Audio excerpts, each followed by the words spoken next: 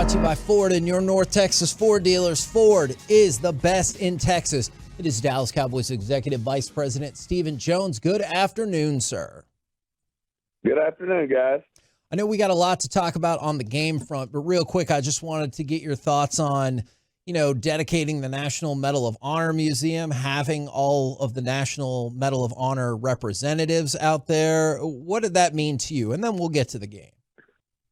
Well, at the end of the day, it's perspective. We all get caught up in what we do every day, whether it's the game, the NFL, work. People obviously look at the NFL as a place to get away.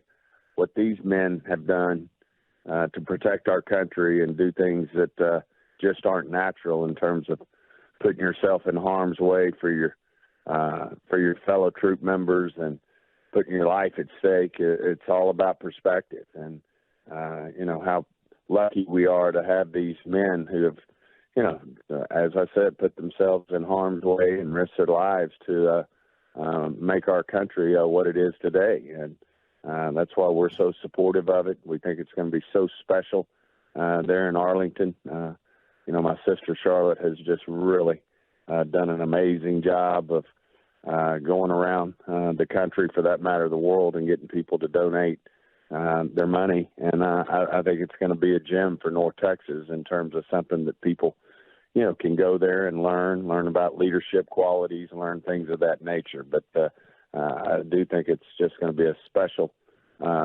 place, and we're lucky to have it in Arlington.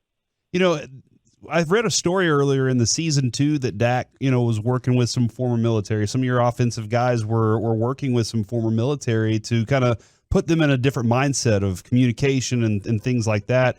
Did you know about that beforehand or after? And have you seen those applications that they've been using as they've gone along this season? Yes, I've been aware of it, and Dan Quinn does the same thing. He has a group of men who are in the military who came in and come in during training camp and sit in meetings and observe and watch how our teammates interact. And it's amazing what they're able to get from these men who come in and, can show them teamwork and leadership and the type of things that go into making somebody successful. But between Dak and Dan Quinn and, different people, I know Mike's a big proponent of it.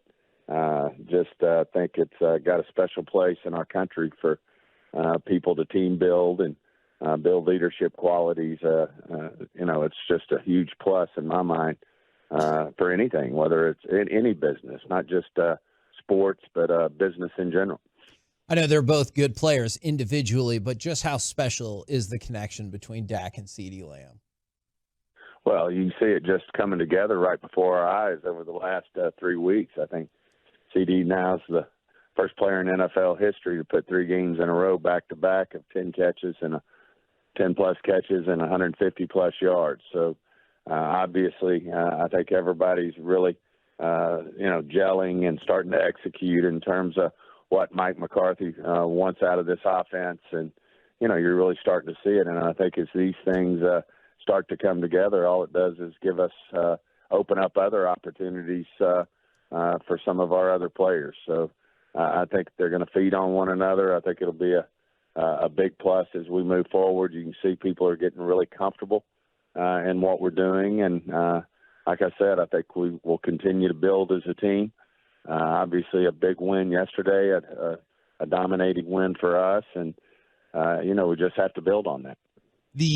Terence Steele was obviously kind of a lightning rod last week, and I was kind of curious on your thoughts this week. And what's been the most difficult thing for him to overcome, that physical or mental part of recovering from an injury?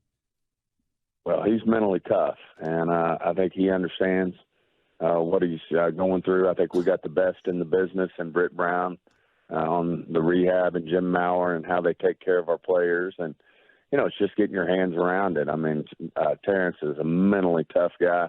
I know he'll work at his trade. Know he'll continue to get better as we move forward, and certainly I think had a much, much better game, and he understands it better than anyone. I mean, you look at the tape and you understand and you see where you need to improve, you can grow, and he knows that. And doing the things he needs to do for his body as well. Is he, when you talk about the things he needs to do for his body at this point in the season, he doing well physically? I mean, as well as can be expected for any football player at this point in the season? Absolutely. I think he's just, I think he'll continue to improve. It's like, any player that comes off a major injury, you just keep getting better as you trust it more and you learn to cope with some of the things that are may be a challenge, and how you can do things that make you feel better. I know, Britt and him talk all the time about communicating about how he's feeling. And, a lot of guys just have that mindset that they don't want to complain about something. And so sometimes it is better to communicate. It's not that you're complaining. You just got to communicate with our staff how they feel. And then our guys can do things that, be better week to week. All right, we got Stephen Jones back. Sorry we lost you there for just a second. Got it. All right. Well, I don't know where you lost me, but we can start from wherever you want to. Absolutely. It sounds like you were about to tell us lots of intense injury news that nobody else has heard. The great news is there is no intense injury news. Good. That is the great news. We're actually a very healthy team right now, and came through the game really well. I was curious, does Bland remind you of Diggs at all in terms of his seemingly innate instincts for getting to the football? Absolutely. I mean, some guys just have ball skills, and hats off to Dan and Mike McCarthy as well. I mean, they're very big when we sit in that scouting room, on draft day, and certainly going after a guy like Gilmore, who's got great ball skills, is at the top of the list when you go after these corners now. We've had some great ones, great corners that don't have ball skills, and not to be negative in any way because they were great corners, but a Terrence Newman and a Byron Jones, just, that wasn't their big deal. But, obviously they were very sticky in coverage, and they had long levers and had great speed and great athletic ability and were able to get their guy covered. They just didn't have great ball skills, and it's something now that we strive for than ever. The back and forth with Tony Pollard and Rico Dowdle had a very good game yesterday. And I do want to preface this with, we keep seeing our Tolos today saying, hey, it was the Giants. And I'm like, I get that part too, but I want to celebrate these positives here. Rico Dowdle has a good game. What's the balance that you would like to see? Is that kind of where you want to see it, where those guys are kind of evening out that way? You have a good two-headed monster?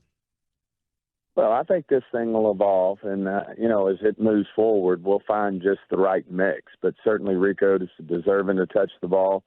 There's a big part of us with, Tony Pollard. You don't want to you don't want to wear the tread off the tire in terms of knowing that it's a long season. We're only halfway through it. And then, of course, the bigger deal, too, with the TP is just getting him the ball in space, getting him touches, catching the ball as well. So this thing will evolve. It's great that Rico's certainly coming along good and is a great compliment to what Tony does. But real pleased with our running backs, and, just feel like that running game is going to continue to evolve as we move forward, certainly as we're able to have such success throwing it.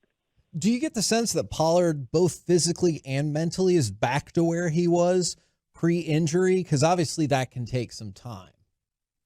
Oh, absolutely. I don't see any issues with Tony and his injury. I mean, if you watch him run, he sticks that ball up in there, especially for a guy his size. I mean, he's not quote unquote a big back, but there's no hesitation with him sticking it in there, and just hadn't seen him be reluctant coming off his injury.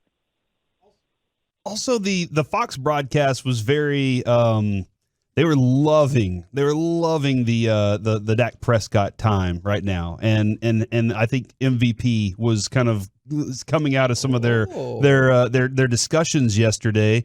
And I'm kind of curious where you put that right now. Is this? I feel like it's a slow build, and he has a big 5-game stretch that could really define a moment like that. But he's playing exceptionally well. Where do you feel he belongs in that conversation?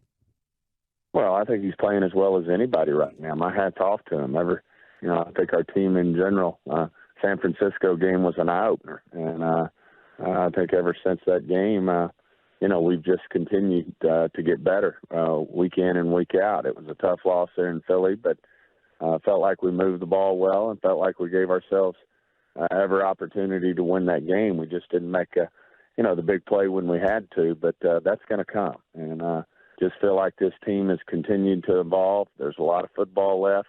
If you really had your druthers, you want to peak there, the last quarter of the season, last third of the season. And, that's when it certainly heading into the tournament, that's when you want to be playing your best football. And I just feel like this team continues to get better each week, and certainly being healthy is a big deal as well. And overall, I mean, we've obviously lost a couple of people, for the year, but overall, the health of this football team's good.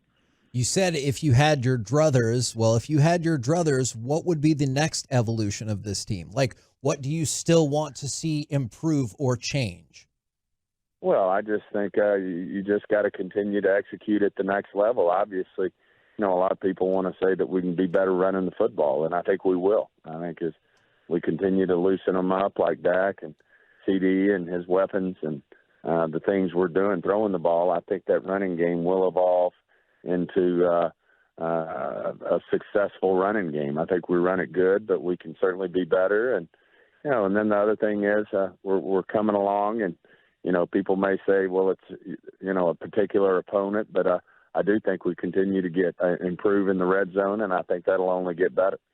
Appreciate the time very much. Good, sir. Hopefully we're having the same conversation next week. There you go. Sounds great, guys. Thanks. Thanks, There Stephen. you go. Bye.